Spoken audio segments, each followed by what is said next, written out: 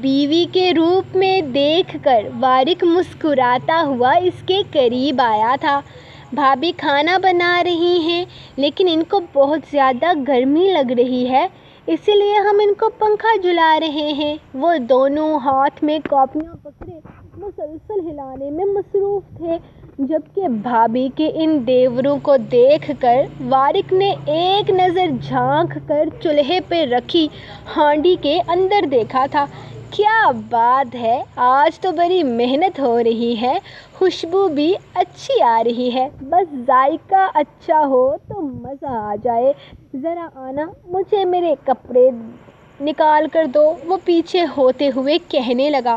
بھائی آپ کیا چھوٹا کاکا ہو کہ آپ اپنے کپڑے نہیں نکال سکتے؟ میں خود اپنے کپڑے نکالتا ہوں، چھوٹو نے اس کی طرف دیکھتے ہوئے کہا تھا۔ اپنی بھابھی پر ایسا حکم شاید اسے پسند نہیں آیا تھا۔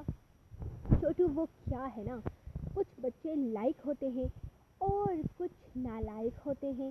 اب آپ اتنے لائق ہو کہ اپنا سارا کام خود کرتے ہو، لیکن یہاں ہر کوئی آپ کے جیسا تھوڑی ہے، اس نے چھوٹو کو سمجھاتے ہوئے کہا تھا، جبکہ وہ اس بات سے اچھی نہ سہی لیکن اتنی بری بات کی توقع بھی نہیں رکھتا تھا۔ ہاں بھابھی وہ تو ٹھیک ہے، لیکن پھر بھی کپڑے نکالنے کا کام تو اماں کا ہوتا ہے نا، آپ کیوں نکالو گی؟ چھوٹو اب بھی اپنے لاجک جھاڑ رہا تھا، کیونکہ یہ شادی اور غیر شادی شدہ والا معاملہ ہے۔ شادی شدہ آدمی کے کپڑے اس کی بیوی نکالتی ہے، جبکہ جو غیر شادی شدہ ہوتے ہیں ان کے کپڑے ان کی اماں نکالتی ہیں۔ چل اب دماغ مت کھا، وہ اسے سائڈ پر کرتا آنے کا اشارہ کرتا خود وہاں سے جا چکا تھا، کیونکہ وہاں اب وہ مزید اپنا دماغ خراب نہیں کر سکتا تھا۔ اسے صرف کپڑے ہی نہیں بلکہ کپڑوں کے ساتھ اپنی بیوی کی بھی ضرورت تھی، اور وہ دونوں کو یہ بات بتانے سے رہا تھا۔ جبکہ ان دونوں کی باتوں کے خوب مزے لیتی مائرہ اس کے پیچھے آئی تھی۔ اور سنائیے وارق صاحب، آئندہ میرے دیوروں کے سامنے مجھ پر حکم جھاڑیں گے؟ ویسے آپ کی معلومات کے لیے عرض ہے کہ ابھی تک ان کے سوال ختم نہیں ہوئے تھے، بس آپ کو بھاگنے کی جلدی تھی۔ میرے دیوروں کا مقابلہ نہیں کر سکتے آپ؟ وہ کمرے میں آتے ہوئے الماری سے اس کے کپڑے نکالنے لگی۔ پچھلے کچھ دنوں سے اس نے خود اپنے آپ ہی اس کے کپڑے نکالنا شروع کر دیے تھے۔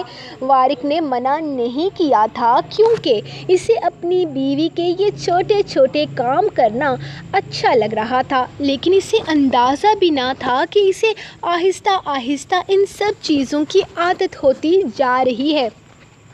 تمہارے دونوں دیوروں کو کسی دن فرائی پین میں فرائی کر کے کھا جاؤں گا۔ آئے بڑے سوال جواب کرنے والے، اماں سے کلاس لگواتا ہوں ان کی۔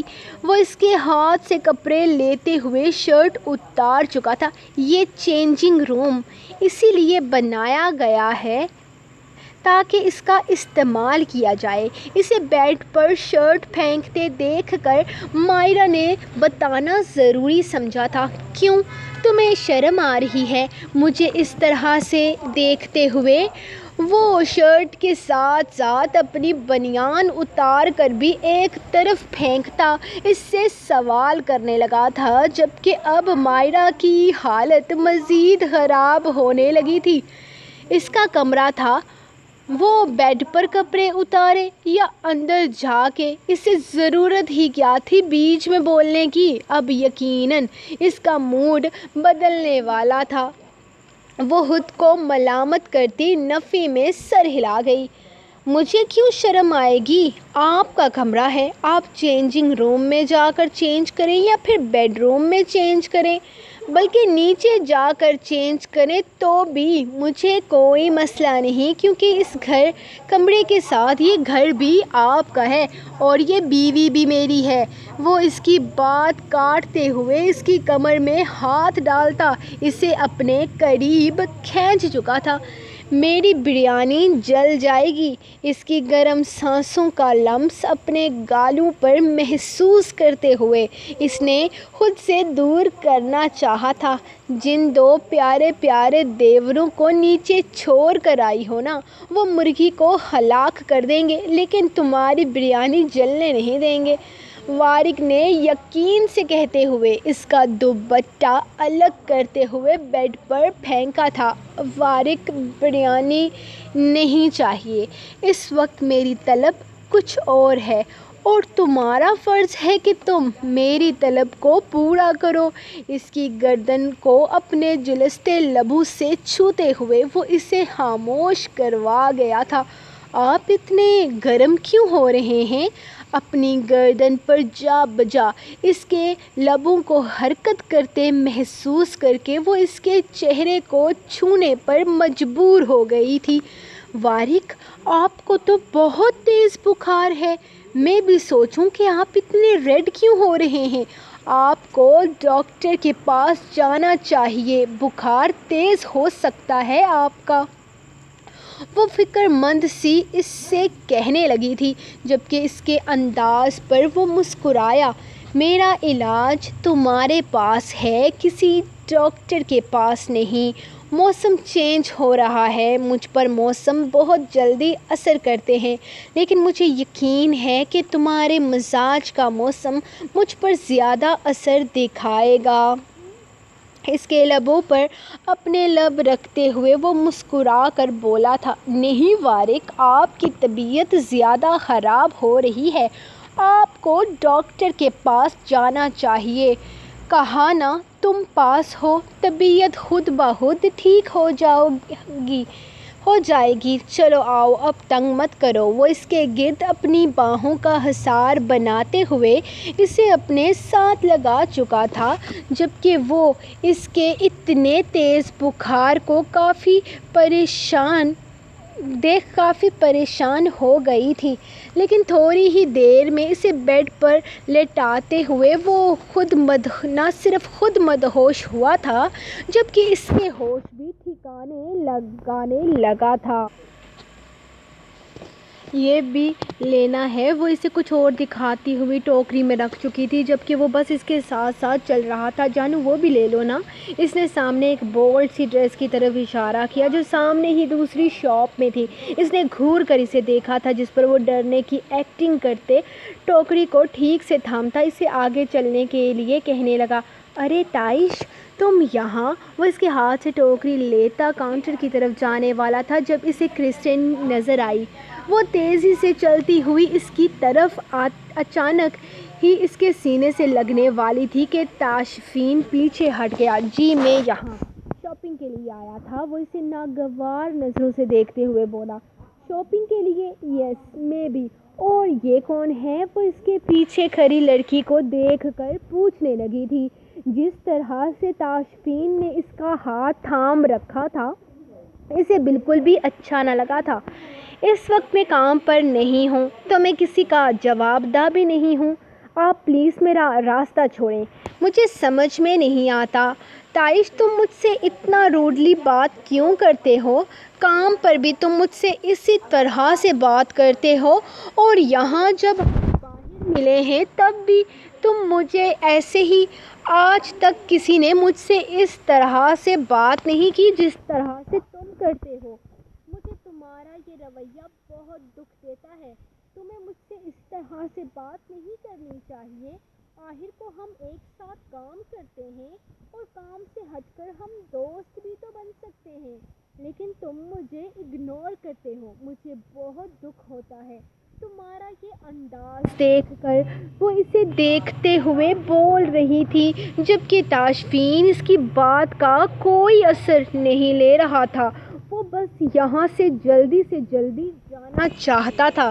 دیکھیں مس کرسٹین، میرا آپ سے ایسا کوئی تعلق نہیں ہے، نہ آپ میری دوست ہیں اور نہ ہی میں آپ سے ایسا تعلق بنانا چاہتا ہوں۔ میں آپ سے کبھی بھی دوستی نہیں کرنا چاہوں گا اور پلیز آئندہ اگر آپ کبھی بھی مجھے راستے میں ملیں تو مجھے مخاطب مت کیجیے گا۔ اس کا لہجہ ویسا ہی تھا، انتہائی روڈ۔ تمہارے ساتھ یہ لڑکی کون ہے؟ اس کی باتوں کو اگنور کر کے اس نے پھر سے مسکرانے کی کوشش کی تھی، جبکہ نہ جانے اسے اچانک کیا ہوا تھا، وہ اسے پوری طرح سے اگنور کرتا تناوش کا ہاتھ تھامے وہاں سے چلا گیا۔ آپ کو یقین ہے نا کہ ہم ان سب چیزوں میں کہیں بھی پھنسیں گے نہیں؟ دیکھیں، آپ مجھے قتل و غارت کے چکر میں پھنسا کر خود وہاں چلی گئی تو بہت بڑا مسئلہ ہو جائے گا۔ یہ مت سوچیے گا کہ میں آپ کو ایسے ہی جانے دوں گا۔ اگر مجھے زینب نہیں ملی نا تو سکون میں آپ کو بھی نہیں لینے دوں گا۔ مجھے زینب کسی بھی حالت میں چاہیے۔ جب تک زینب کی شادی مجھ سے نہیں ہو جاتی، آپ اس سارے معاملے سے دور نہیں ہو سکتی۔ یہ بات آپ اچھی طرح اپنے ذہن میں محفوظ کر لیں۔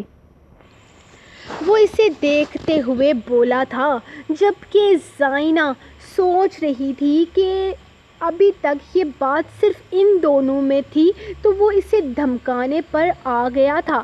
اگر وہ کام میں کامیاب ہو گئے جو وہ کرنے کا سوچ رہے ہیں تو نہ جانے وہ اسے کتنا بلیک میل کرے گا۔ لیکن فی الحال وہ ان سب چیزوں کو سوچنا ہی نہیں چاہتی تھی۔ اس وقت اسے جلد سے جلد ابراہیم کی موت چاہیے تھی اور وہ وہاں سے نکلنا چاہتی تھی۔ میں نے کہا نا، میں تمہارا ساتھ دوں گی ہر قیمت پر۔ تم کہیں بھی نہیں پھنسنے والے، تم بس میرا یقین کرو اور جس طرح میں کہتی ہوں ویسا ہی کرو۔ اس آدمی کو فون کر دیا تم نے؟ کل ابراہیم اپنی کسی ضروری میٹنگ کے لیے کراچی سے ملتان کی طرف جانے والا ہے۔ اس کا سفر کافی لمبا ہوگا اور اس سفر میں ہم اس کا قصہ تمام کر دیں گے۔ وہ سب کچھ پلان کر کے بیٹھی ہوئی تھی، جبکہ بدرحان تو بس اس کے ایک اشارے کا منتظر تھا۔ ہاں، میں نے اس آدمی کو قیمت پہلے ہی ادا کر دی ہے، اب صرف اس سے کام لینا ہے۔ اگر کل صبح ابراہیم یہاں سے نکل رہا ہے تو سمجھیں ہمارا کام ہو جائے گا۔ ٹھیک ہے، جیسے ہی وہ صبح گھر سے نکلے گا میں تمہیں فون کر دوں گی، اور پھر تم نے بالکل بھی دیر نہیں کرنی۔ میں چاہتی ہوں کہ صبح ہمارا کام ہو جائے اور ہم جلد سے جلد اپنی منزل تک پہنچ جائیں۔ ہاں بالکل، میں دیر نہیں کروں گا۔ کل ہر حال میں یہ کام ہو جائے گا اور آپ اپنے وعدے پر قائم رہیے گا۔ اس معاملے میں میں کسی طرح کی وعدہ خلافی برداشت نہیں کروں گا۔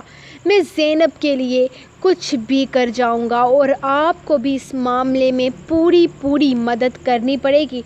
ہاں ہاں ٹھیک ہے، اب ختم کرو اس ٹاپک کو، دیواروں کے بھی کان ہوتے ہیں۔ میں نکلتی ہوں۔